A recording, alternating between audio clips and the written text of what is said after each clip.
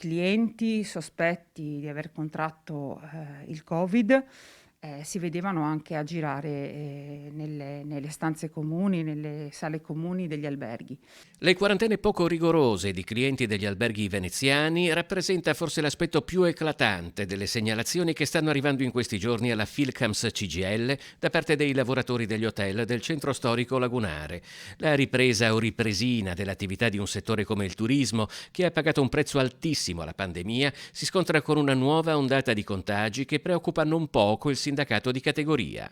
Ci stanno arrivando segnalazioni da parte degli lavoratori dell'albergo dove ci sono pochi controlli rispetto alla questione delle protezioni dei contagi.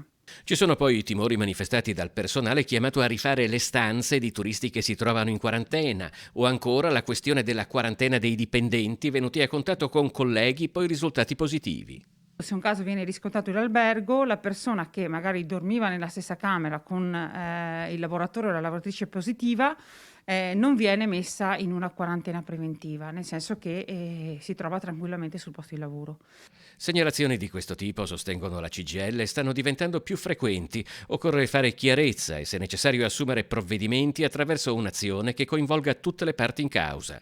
Diventa necessario chiedere un tavolo urgente, immediato, con l'istituzione, appunto, quindi il Comune di Venezia e anche le associazioni di categoria, che serve a capire quali protocolli e che cosa si deve fare per evitare il più possibile il rischio del Covid, che contagi, che possa anche rovinare i prossimi appuntamenti cari alla città, quale il Carnevale.